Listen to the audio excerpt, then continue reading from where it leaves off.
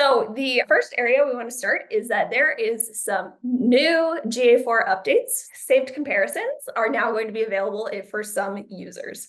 So you do have to be an admin or an editor of the property, but really cool that we can now save these instead of having to build them every single time.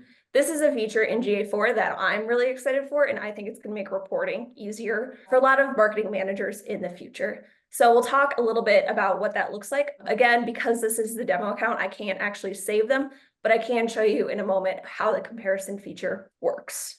So in this case, it's in this nice little bar up here. Again, I'm going to come into edit comparisons. I could create new, but let's say in this case, I'm interested in looking at my organic versus my paid traffic. I'm going to click both of these and hit apply.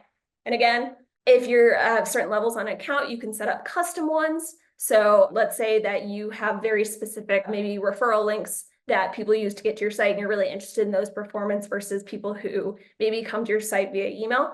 Those could be comparisons that you set up and save in your GA4 account. So you have those ready to go. Don't have to rebuild them every single time. So in this case, I have this comparison turned on. So I have all users, my organic traffic and my paid traffic. Again, I'm in pages and screens.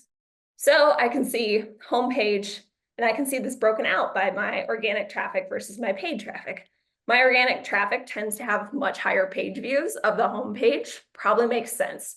People are probably a lot more likely to reach my homepage from Googling my brand name as opposed to making their way there through one of my advertising campaigns. And so I can go through all of this type of information and see that.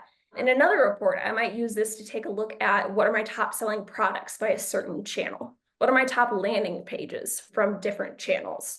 So this can be a really, really good way to easily look at how different types of traffic are doing within your report in GA4 without having to maybe export a bunch of different reports or anything along those lines.